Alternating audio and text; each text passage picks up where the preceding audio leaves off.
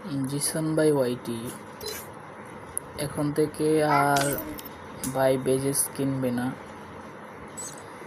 ভাই বেজেস না কিনাতে এখন দেখা যাচ্ছে অনেক 1 লেভেলের 2 লেভেলের 50 লেভেলের আইডি 17-18 হাজার বেজেস কিনতেছে এবং তারা নিজেদেরকে ডায়মন্ড কিং হিসাবে দাবি করতেছে।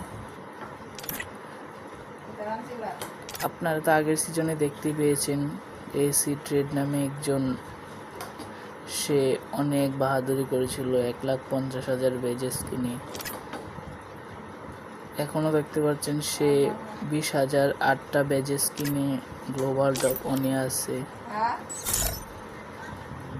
সে আগেরবার বলছিল যে তার 1,50,000 বেজেস দেখে নাকি জিসান ভাই ওয়াইটি গেম খেলা ছেড়ে দিয়েছে, কিন্তু সে এটা হয়তো ভুলে গেছে যে জিসান ভাই বলেছিল যদি কেউ 1 মিলিয়ন বেজেস কিনতো তাহলে সে তার থেকেও 10,000 বেজেস বেশি কিনবে। সে এটা ভুলে গিয়েছিল আর জিসান ভাইকে সে হালকাভাবে নিয়েছিল যে জিসান ভাই আর জীবনে কামব্যাক করবে না, আর কামব্যাক না করাতে সে গ্লোবাল টপ 1 থাকবে। কিন্তু এখন আবার বলতেছে চুরি করে কামব্যাক করেছে। Love you.